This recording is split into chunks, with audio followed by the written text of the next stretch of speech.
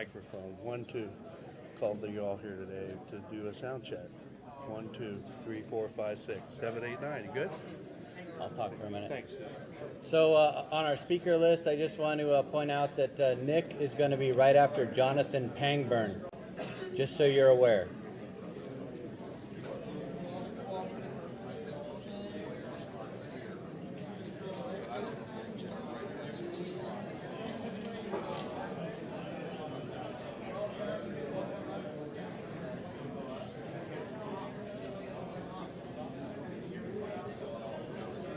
Say again now? For sure. Well, let me tell you.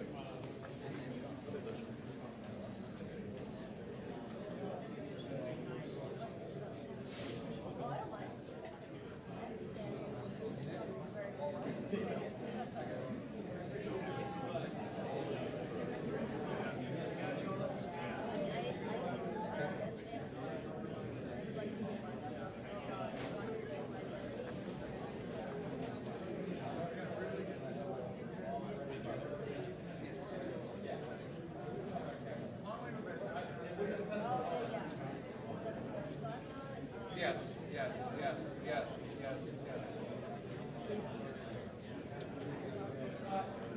New York or LA?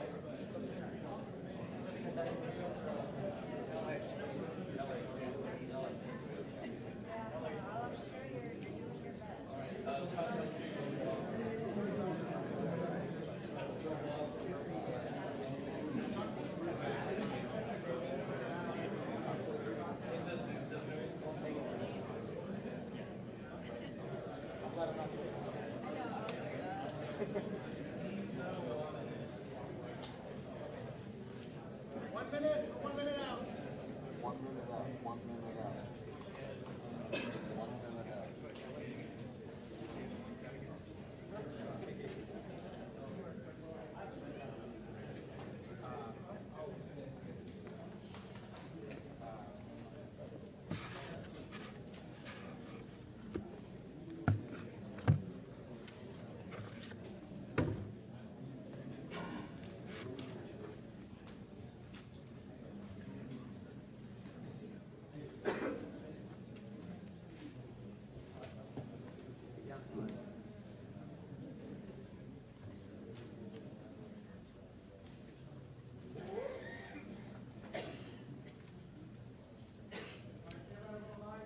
Good evening. My name is Steve Kaufman. I'm a Ventura County Fire Captain. I serve as the Public Information Officer for CAL FIRE Incident Management Team 4. This is the fire update for the Camp Fire, November 12th, 2018, 6 p.m. I'm going to start out with our acreage. We're currently showing at 117,000 acres, 30% contained. Total personnel assigned to the fire is 5,139. Total citizens evacuated, 52,000. And we're still showing 1,385 people that are in shelters. I'm just going to go over our numbers one more time. Single-family residents damaged so far, according to our new numbers, is 36. That's the actual. Remember, I talked about the other day that our initial number that we gave you the last couple of days was just a dashboard where we went out and looked through the windshield and just did some rough numbers. These are the actual numbers that we're starting to get back. Damaged, 36, single-family residents. Destroyed, 6,453. Multiple residents. Those are residents with multiple residents in one building. 11 damaged, 74 destroyed. Mixed commercial residential, 0 damaged, 1 destroyed. Non-residential commercial property, 22 damaged, 260 destroyed. Minor structures, 23 damaged, 389 destroyed. So our total number of damaged structures as of right now is 92. Our total number of destroyed structures as of right now is 7,177. I'd like to bring our Operations Section Chief over.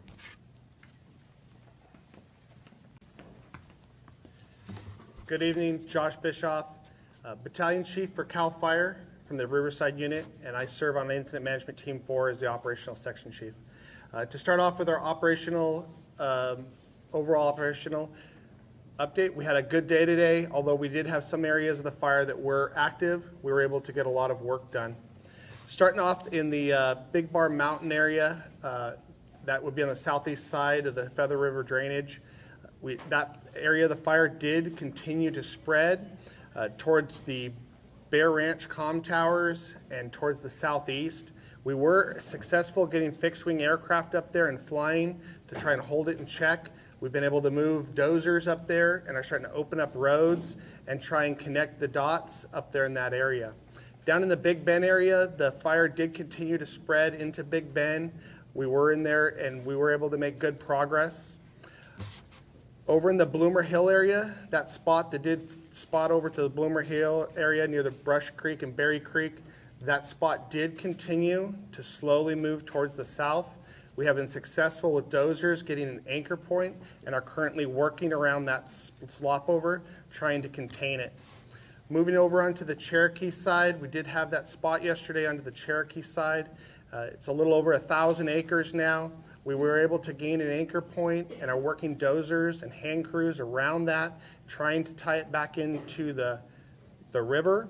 We have had minimal spread today on that section. We had a lot of work today in the area, the town of Paradise, Magalia, Concow.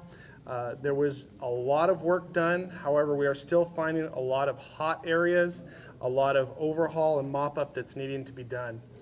Coming up the 32 corridor, down into Santos Ranch area, up into the Helltown area, we've made progress. Last night we did have about a 70-acre spot that pushed out towards 32 that we were able to contain and get around today and continue trying to push up from Helltown towards Nimshu and into Magalia. Coming around the top side of Magalia, we have continued building dozer line and direct hand line below Sterling City and moving off towards the east back down into the 70 corridor. Thank you very much.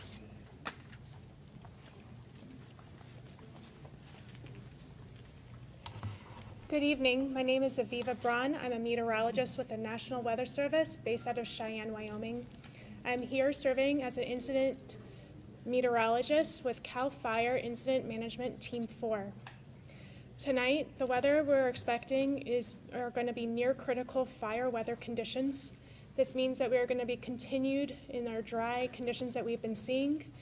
We are also going to have those breezy northeast winds kicking up again along the ridge tops and down through the Feather River drainage.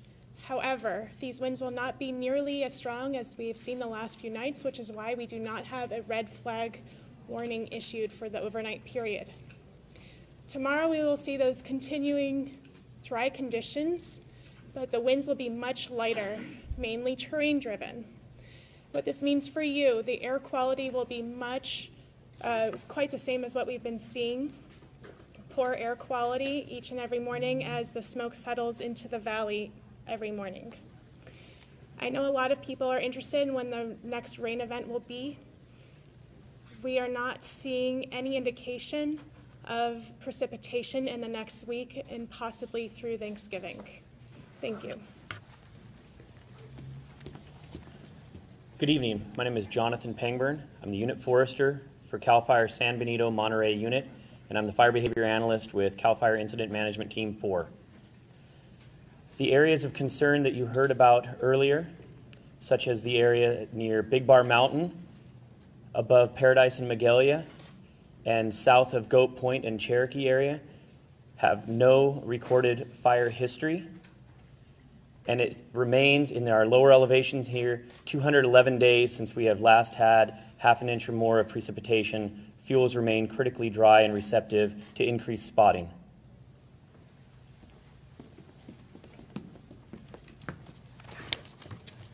Good evening. My name is Nick Wallingford. I'm a fire captain with CAL FIRE, and I'm the lead for the damage inspection for the camp incident. On behalf of CAL FIRE Incident Management Team 4 and the damage inspection team in cooperation with the town of Paradise and Butte County, I'd like to announce that we're going to be releasing a public website that will be displaying the current progress of our damage inspection within the campfire area. This website is going to display all structures that are damaged, destroyed, and then residential and commercial structures that were not damaged by the fire. Access to this website is going to be provided in a URL and will be accessible through any of the department's social media sites right now. This website, we want to remind everybody, it's just our most current data. This data is subject to change. It's a work in progress, and there's a significant amount of work to do, and there are a significant amount of areas that our damage inspection teams have still not entered. Some of the basic functionality of the website, it will be an interactive web viewer. People will be able to write in an address, and it will take them to that specific location. And writing in an address won't take them to the status or the level of destruction within that area. It'll just show a visual area with icons on it.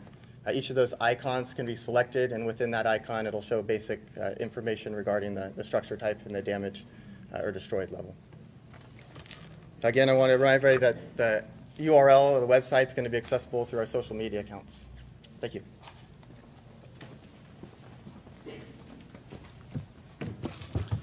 Good evening. My name is Chief Brent Newman. I'm the commander of CHP's Valley Division based out of Sacramento, and whose territory encompasses all of Butte County, including the Oroville and Chico CHP offices. I wanted to address three very quick things. Number one, from the outset of this event, CHP deployed maximal resources in support of this operation, and specifically in support of the sheriff in providing law enforcement services, assisting evacuations, and maintaining closures. Just today, we received additional resources from our Golden Gate Division, which is based out of the Bay Area, as well as our Central Division, which is based out of Fresno, so that we can continue to maintain adequate resources for the missions that we've been given. One of those missions is the maintainer of hard closures. We are getting an up-tempo in the number of people who are arriving at hard closures, who have an understandable desire to access the closed evacuation areas, most often than not, the town of Paradise. It's very, very difficult for each of those persons that wants access, as well as the officers who are interacting with them, because we understand from a human perspective very much why any person would want to get back to their home and to their community. The decision on the placement of those hard closures is not done by the Highway Patrol alone. We do it as a management team with CAL FIRE, the sheriff, all the stakeholders. And what we're trying to accomplish right now is to ensure that all of the workers that are up there working around the clock to address the needs in the town can work safely, and that we don't expose the public to any further danger. I've been up there virtually every day and came back just a few hours ago. It is not a safe environment whatsoever. We have to operate with extreme caution, even with an emergency vehicle and the knowledge that we have. So please, we ask the public to please be patient with us.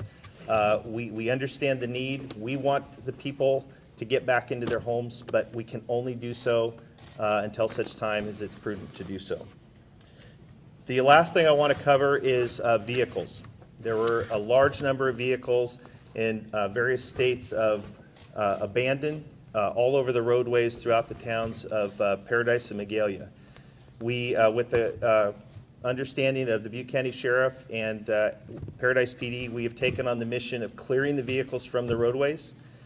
We were able to clear about 60 vehicles so far, and we're going to be adding to that number rapidly so that all of the roadways could get clear, which is a small but very important piece of establishing safe access back to Paradise.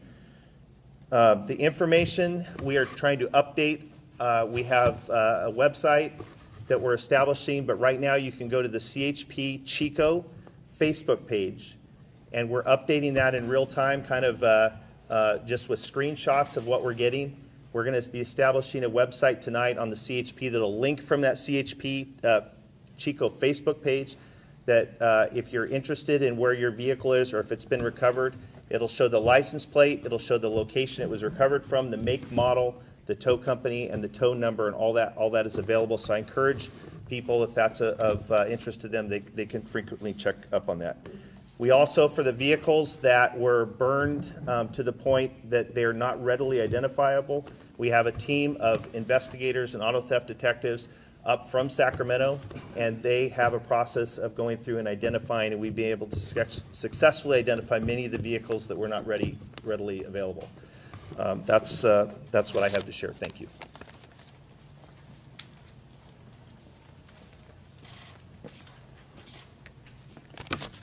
Good evening, everybody. My name is Corey Honey, and I am the sheriff and coroner for the County of Butte. I'll begin my comments as I have done every night since this event began. This is the most current information that I have. Please keep in mind that this is a dynamic situation.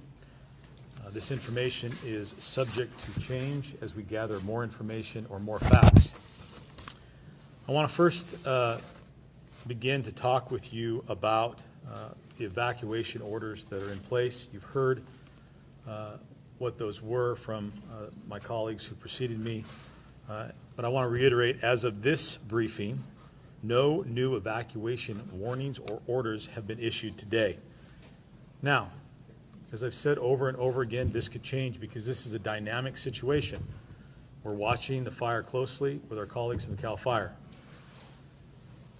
I want you to keep that in mind, and that's why I continually say over and over and over again, you have to be vigilant, you have to be prepared. I know last night there was a lot of rumor and speculation going around on social media about buses being parked at the Las Plumas High School, and I just want to address that again. I've had an opportunity to talk to the media a little bit about that, but I want to address it again. You all know from the briefing last night that there was a fire that had spotted over into the Cherokee area, and we were watching that very closely with CAL FIRE. In fact, I had deputies embedded with CAL FIRE out in the field giving us almost minute-to-minute updates. We were watching that because that's what our job is, and we care deeply about this community. And we need to have that information so we can make a decision as to whether or not to issue evacuation warnings or evacuation orders. We were watching to see which way the wind blew and which way the wind took that fire. And if there was the possibility that it took it towards a populated area, such as Oroville, we would have issued the appropriate evacuation warning or the evacuation order. But as the citizens of Oroville know, I've been here before. We've learned a lot of lessons. And so what we do, in addition to watching what's going on, getting prepared, just like we ask you to do, we may stage resources in an area so that if, in the event, there is a need to issue an order because the situation changed rapidly, we're in the best possible position to facilitate that evacuation. That's what you expect of us. That's what we want to do. And whenever we possibly can, we want to give our people as much notice as possible. So please understand that those efforts to stage resources in areas doesn't mean that you're not getting the information that you need, doesn't mean that we're not issuing warnings when we should. The fact of the matter is we're doing the job that you want us to be doing, and I'd ask you to not pay attention to rumors on the social media, but instead pay attention to us, and if an evacuation warning goes out, then follow that, or an evacuation order goes out, pay heed to that. Next, I'd like to reiterate some things or explain my support of Chief Newman and the California High Patrol. Before I do that, I want to thank the California High Patrol. Of course, I'm thankful for all of our partners, but the fact that they're up here manning these control points is a good thing. It's helping us a lot, and the fact that they've taken on the job of dealing with the cars is a huge burden taken off of our shoulders, and we appreciate that. But as the chief said, we are absolutely aware of how hard it is on everybody. As the days go by, we certainly understand the pressure and the desire to get people back into their homes, and we understand people wanting to do that. Again, I've been through this before, and I understand. but we don't make these decisions lightly, and we have to make sure that when we allow people back into an area, it's safe for them to go. There's been a lot of misunderstanding about this process, and we've had a lot of, my office has been inundated with calls by people saying that if they just go to the sheriff's office and get a pass, they'll be able to go into the area. And I want to make it clear, my office, we do not issue passes to go into the area. If on a case-by-case basis there is some emergent need for someone to enter into the area, then we'll consider that, and my partners at the CHP will consider that, but you're not allowed to go there unescorted. You would have to be going in escorted, and that's not a pass that is being issued by us. You would have to have a law enforcement officer escort you in. And you have to understand also that we don't have an infinite number of resources, and so we really have to be careful about how we utilize those resources. The last piece of that, I realize you're frustrated. I'm frustrated too. I realize that we're all getting tired. I'm getting tired too. But if you go there and you encounter this situation and ultimately you're not able to secure an escort, please don't take it out on the highway patrol officer who is doing his or her job. They're trying to keep you safe. And likewise, please don't call my dispatchers and cuss at them and berate them and yell at them. I know you're having a tough time. I respect that. My heart goes out to you. But I want you to understand that we, to varying degrees, are all living this too. And I have dispatchers who've lost their homes as well. They know what you're feeling because they're in the same boat, and they're trying to do a job too. And if you call them and yell at them and cuss at them, it just makes it that much more difficult for us to do the things that we need to do. So please, please consider that. I also want to announce that due to this ongoing emergency situation involving the campfire, the main lobby for the Butte County Sheriff's Office, located at 5 Gillick Way, will be closed to the public tomorrow, Tuesday, and Wednesday.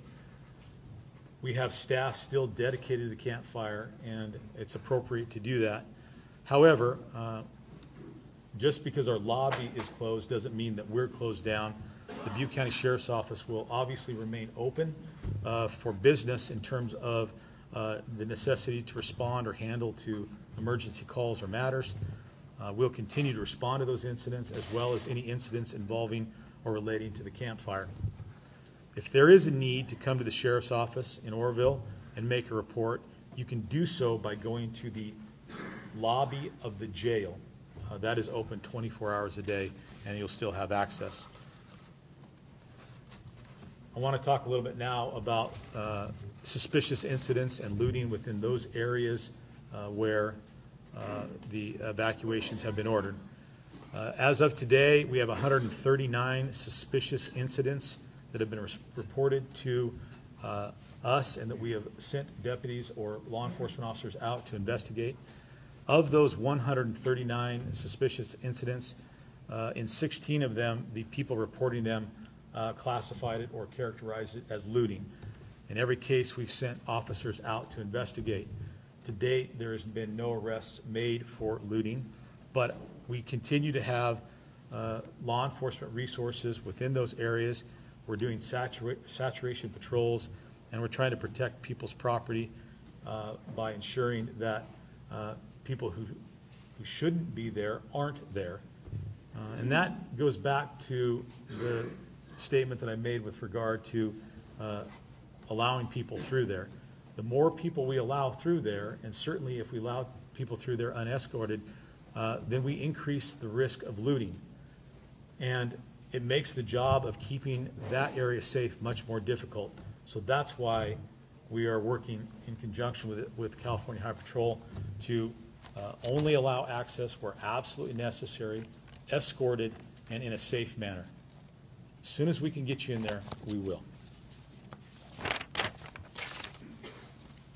As I told you last night, we established a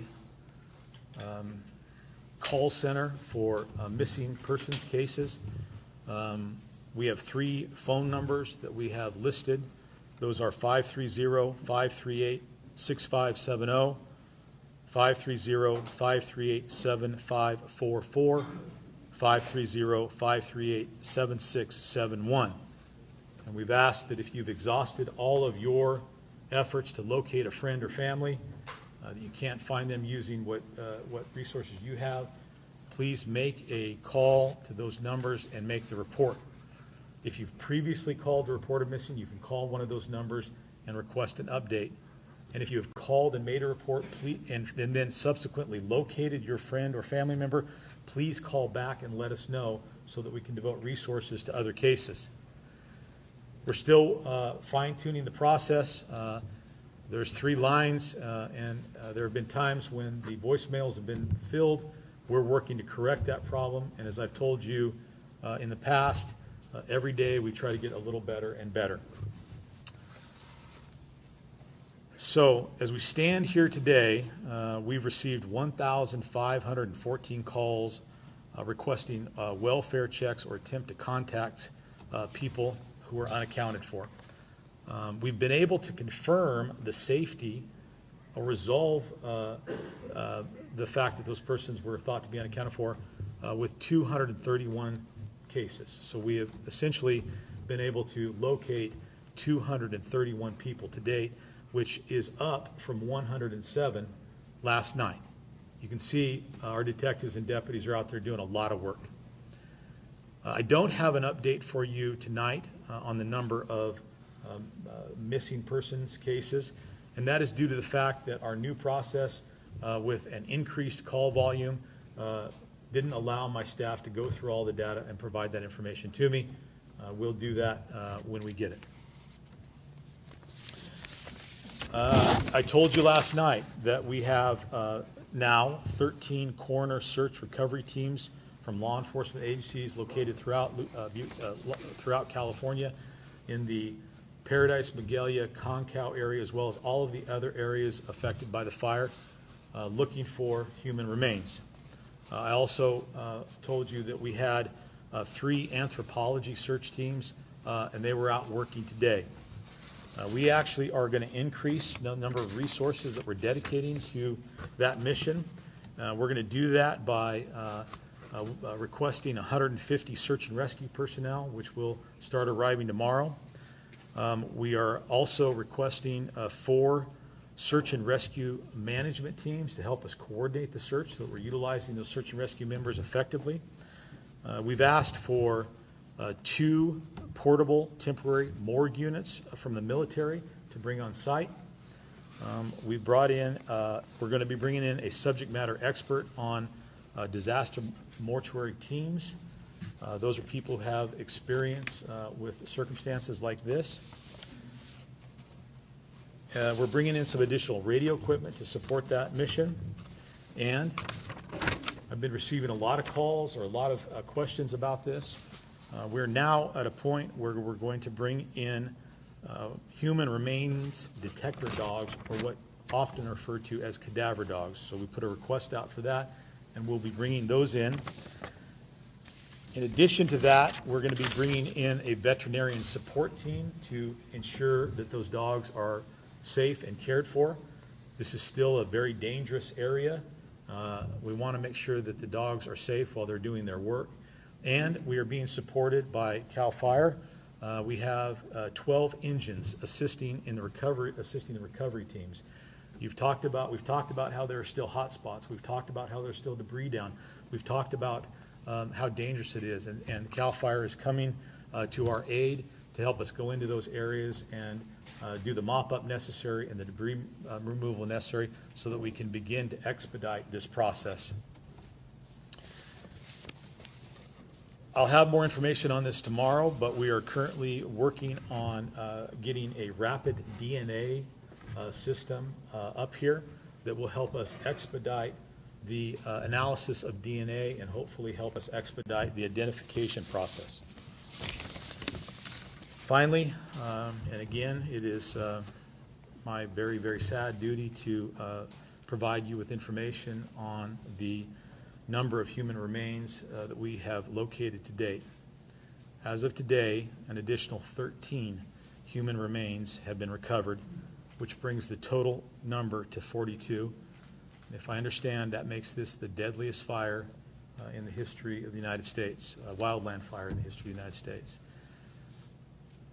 Of those 13, 10 human remains were located in Paradise, 7 in homes, and 3 outside. 3 from the Concow area, 2 were outside homes, 1 was inside a home.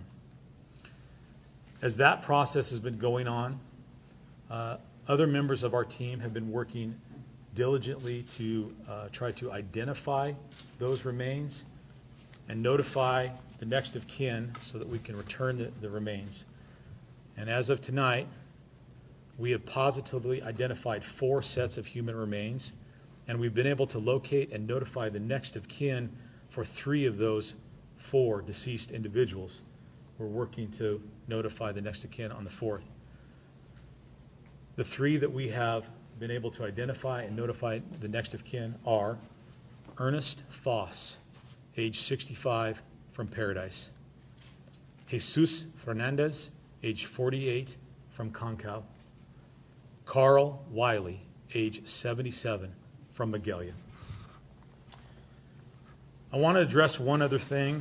There has been a media report that identified an individual that deceased in this fire.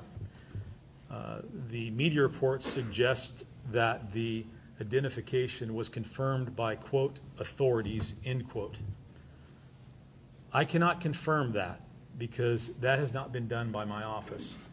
And I would ask everybody in the media and the public, before you go out and confirm the identity of someone who tragically died in this fire, that you make sure that it's been confirmed by my office.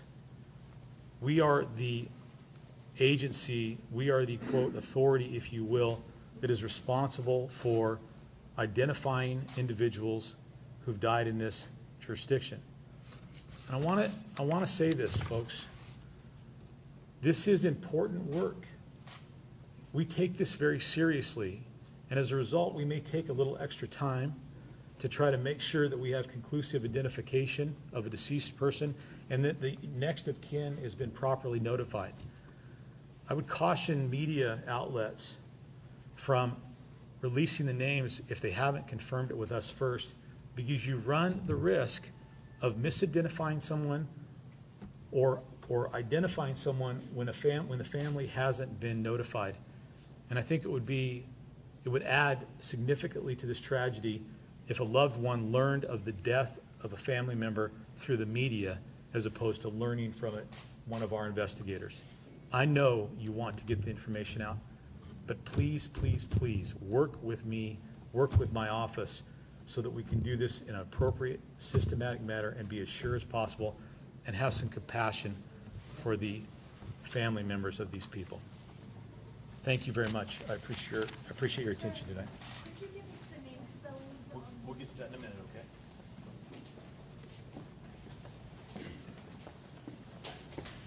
okay? Good evening. My name is Steve Griffin. I'm one of the Unified Incident Commanders. I work for the United States Forest Service. We've come to help address the impacts of some of the federal lands, but also to assist CAL FIRE in any other way that we can for the entire incident. So I'll leave it at that. Hi, good evening. Garrett Schoen, Division Chief, CAL FIRE, Butte County Fire Department. Good evening. I'm Todd Durham, Incident Commander assigned to Team 4 and one of the Unified Commanders along with the United States Forest Service, the Sheriff, and the Paradise Police Department. I just have 2 things I'd like to cover tonight. We've been trying our best to get the information out. I thank our office that deals with the damage inspection, the work that they have done.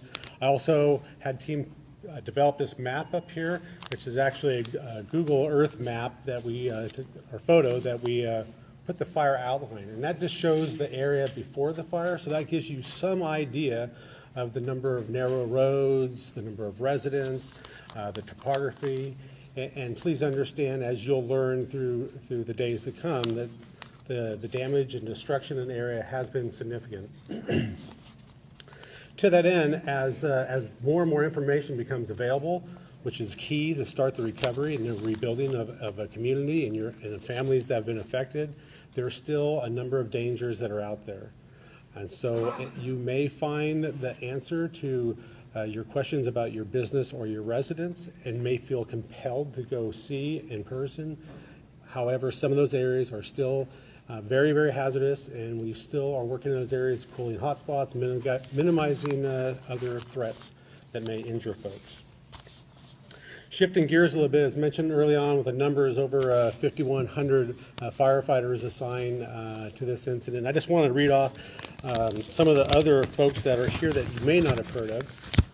Earlier, I talked about specific to CAL FIRE Team 4. We serve as a force multiplier where we build capacity for the local level, become part of your community.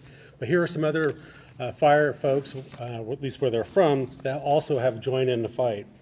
There's a number of resources, of firefighting resources from Oregon, Nevada, Arizona, New Mexico, Colorado, Wyoming, Utah, Idaho, and all the way from South Dakota. We really appreciate them coming across the country to join your community and join us in the fight for this fire and to defend your community and your lives to get things back on track as soon as we can. Thank you.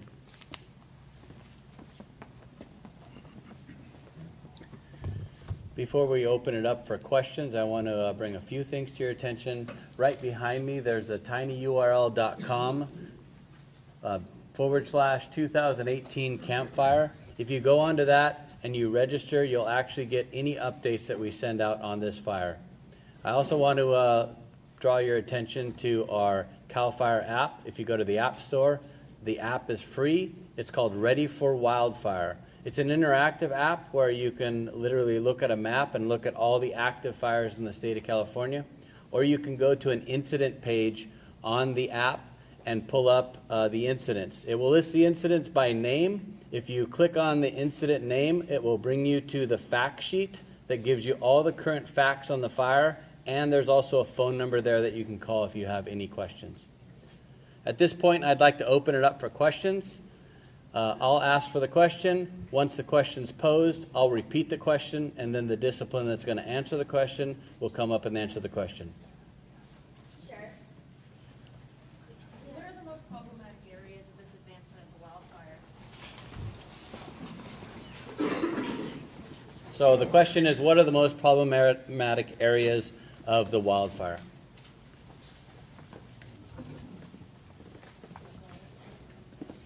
As I stated, that's a good question. As I stated in the operational update, there are three main areas that we are still actively engaged in firefighting.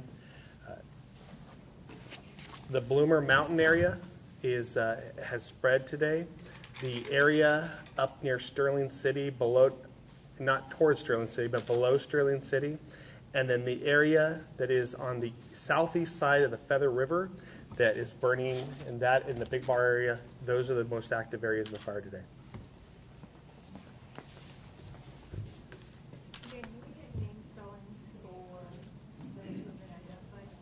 Names and spellings of those that have been identified.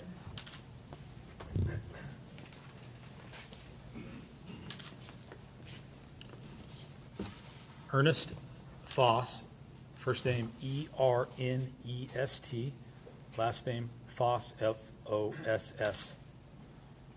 Jesus Fernandez, first name J-E-S-U-S, last name F-E-R-N-A-N-D-E-Z. Third, Carl Wiley, first name C-A-R-L, last name W-I-L-E-Y.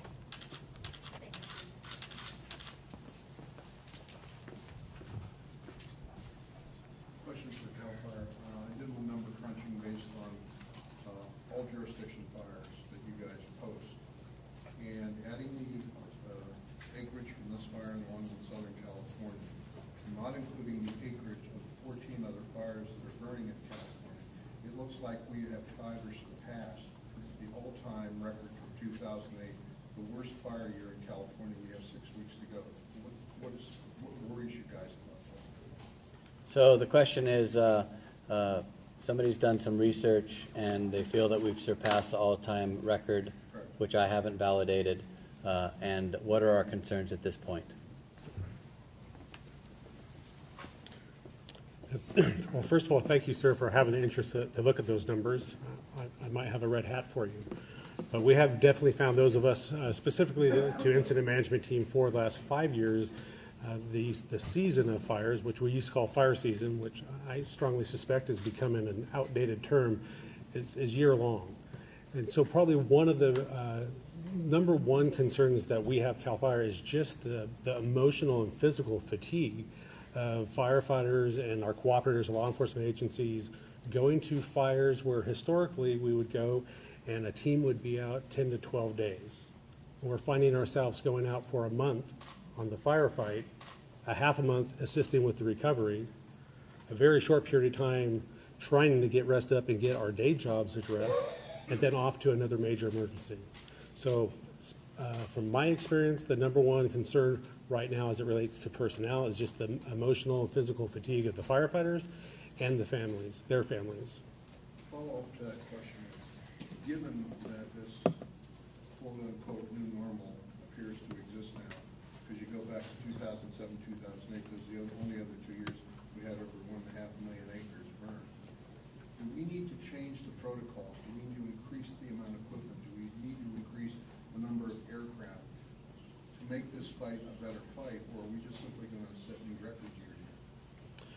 Well, that's a good question, and to determine whether this is the new normal or if this is a season, it definitely had a pattern in the last 5 to 7 years. And yes, more personnel, more equipment will be helpful, but even more importantly, it shows the importance and underscores the importance of fuel modification, ordinances, and taking a look at not just the firefighting equipment and the number of personnel, which is extremely important, but we need to look on the front end on education, fuel modifications, working with the cooperators up and down the state of California, and how we use our landscape.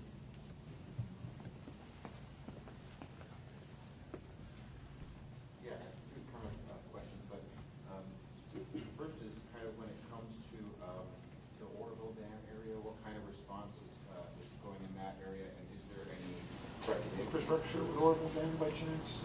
So the question is the fire response to the Oroville Dam area, and is there any threat to the infrastructure? Is that right? That would be one, yeah. Let's do one at a time. Yes, please. The fire is currently burning in the Bloomer Hill area. As I am aware, it is not a threat to the Oroville Dam or any of the structure of the Oroville Dam, and is not down in the southern part near the Oroville Dam. It is actually up on the arm of where the Bloomer Mountain is.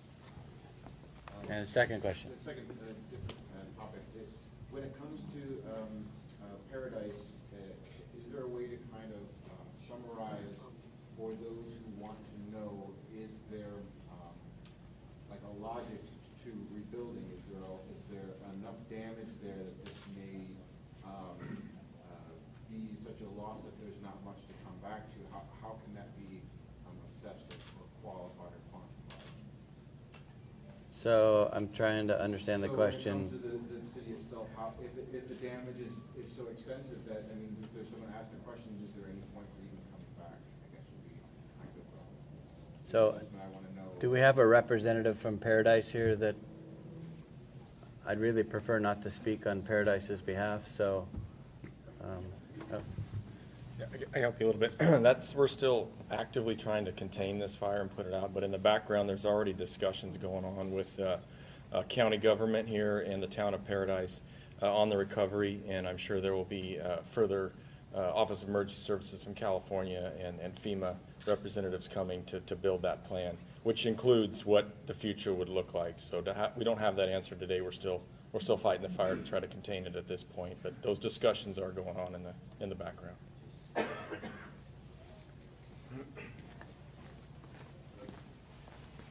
Jim Brashears, Town of Paradise Emergency Operations Center.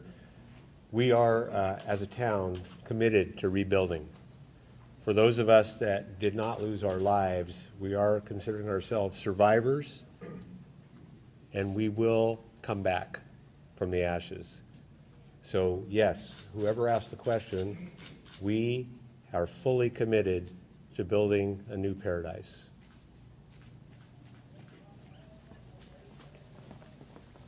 The sheriff could address the sort of search and rescue teams that you were talking about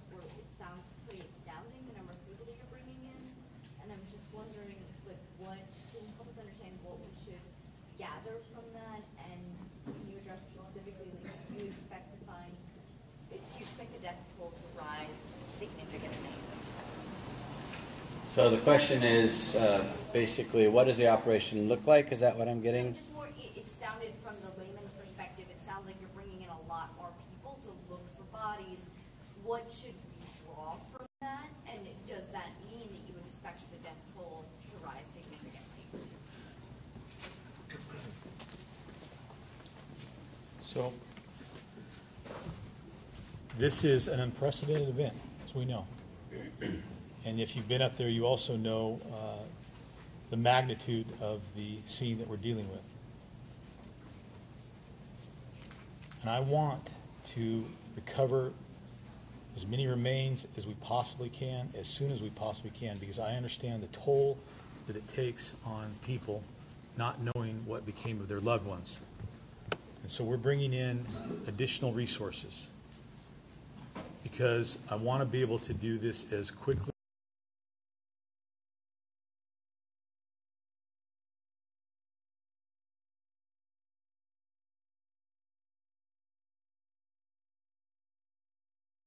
and help us get out there and search more area. I'm not going to speculate on what the future holds.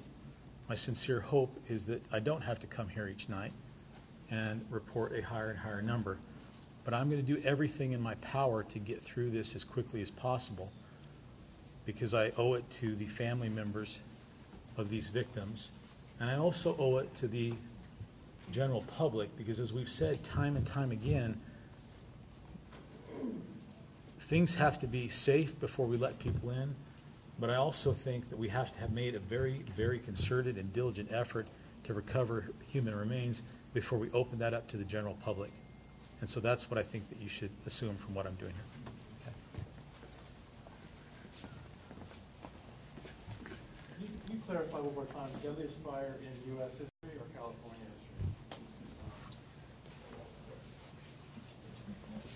So the number that we looked at yesterday was California. Oh, was California? Yeah. Thank you. I appreciate it. Thank you for that clarifying question. We looked that up yesterday, and it was the deadliest wildland fire in California history. And if I misspoke, I apologize.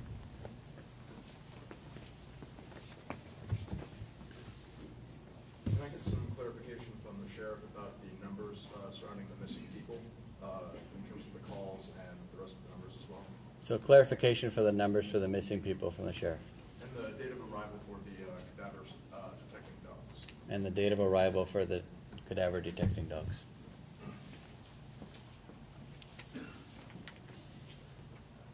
All right, so what do you want to know again? What do you want to know? The missing people numbers? The missing people numbers. Well, remember I said that I don't have an update for you on that today because as we switched over, we're in the process doing, but what I do have is we have received, as a result of this incident,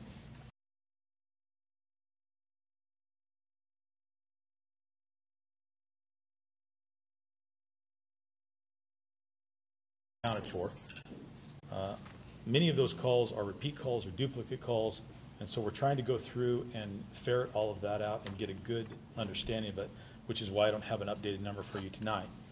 But I think the significant number and the one that I'm pleased about is last night I reported to you that we had essentially accounted for or confirmed 107 of those people who were reported missing were safe. Tonight, that number is up to 231. Okay? And then the estimated date of arrival for the... So that request went out today, so those resources are going to have to get ready to go. So I don't have a specific date, but I would anticipate within the next day or two. Thank you. Is there a division or anybody leading efforts for more permanent evacuation shelters than what's currently in place? One more time. Is anybody leading efforts for more permanent evacuation shelters than what's currently in place? So the question is anybody leading any efforts for more permanent evacuation shelters than the ones that are currently in place? Good evening. My name is Casey Hatcher, and I'm the Butte County Public Information Officer for the recovery effort. We have started the recovery effort, and we recognize that so many people are displaced from their homes, and we do have shelters right now for the incident, and we will be looking not only at short-term shelter needs, but kind of the midterm, and then also long-term housing needs. So we will be looking at a variety of things, whether that's more permanent shelters or whether that's placing trailers or units on property, things like that. So there are a variety of options to consider, and we formed a housing task force to address those.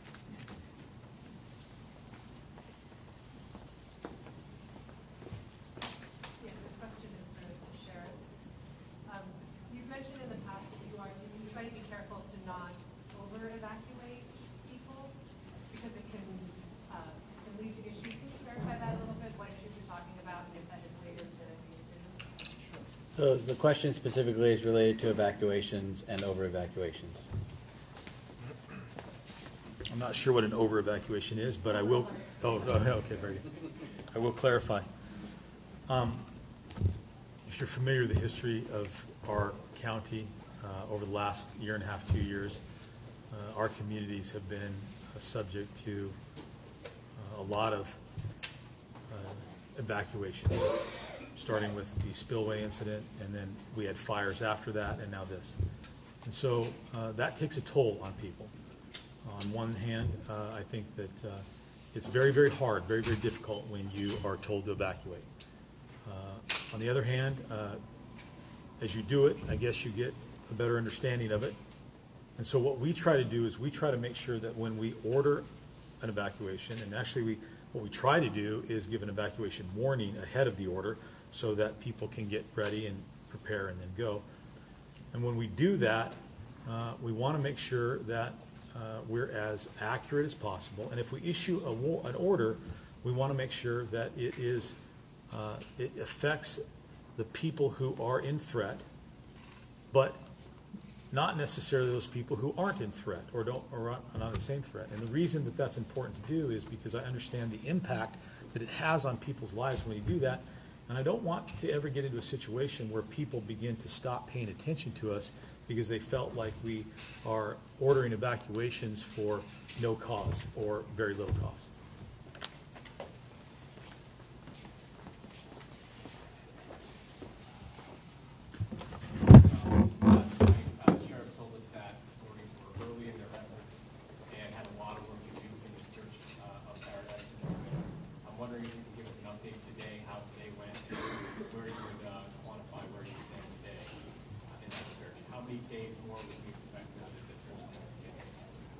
So the question is how many days more? Because I think you went over pretty thoroughly earlier the efforts that they had today and the new numbers. Okay. Is that what you're looking for? If you could quantify, how much is left to search? Thank you for the question, and we had a discussion about this yesterday that I'm not going to quantify it in terms of a percentage or give you an estimate on the number of days. I still believe that we're early in this.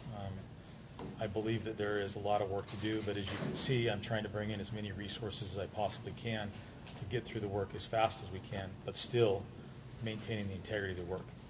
And so when it's done or when we've felt like we've completed it, I'll let you know, but until then, I'm not going to quantify it.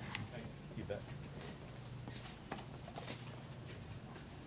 For the 3 confirmed that are dead, I just want to confirm that the next of kin have been notified and which neighborhoods they're from.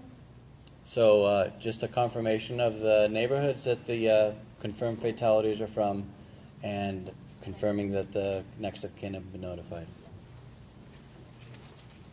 Thank you for the question, and I appreciate it because I wouldn't have told you their names if I hadn't been assured that their next of kin was notified. And that's why it goes back to someone else reporting the name when we haven't told them. So what I have here today, Ernest Foss was from Paradise, Jesus Fernandez was from Concau, and Carl Wiley was from Magalia.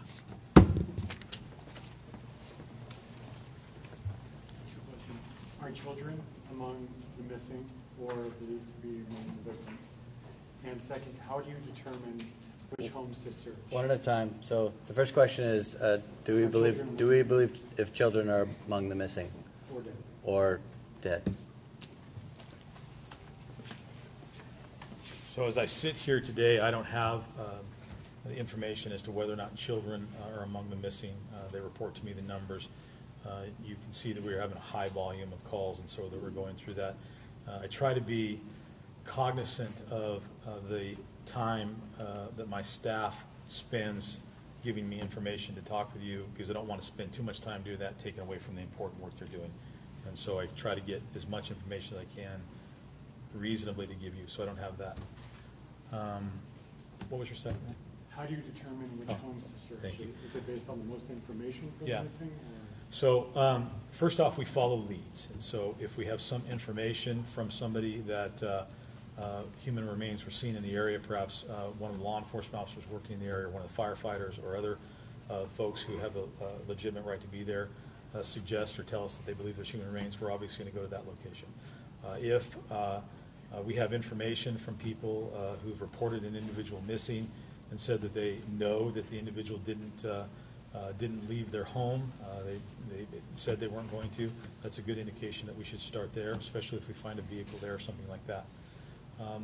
Beyond that, we are also going to start, or we've been trying to look, and I think these additional resources will help, in those neighborhoods or areas where there is a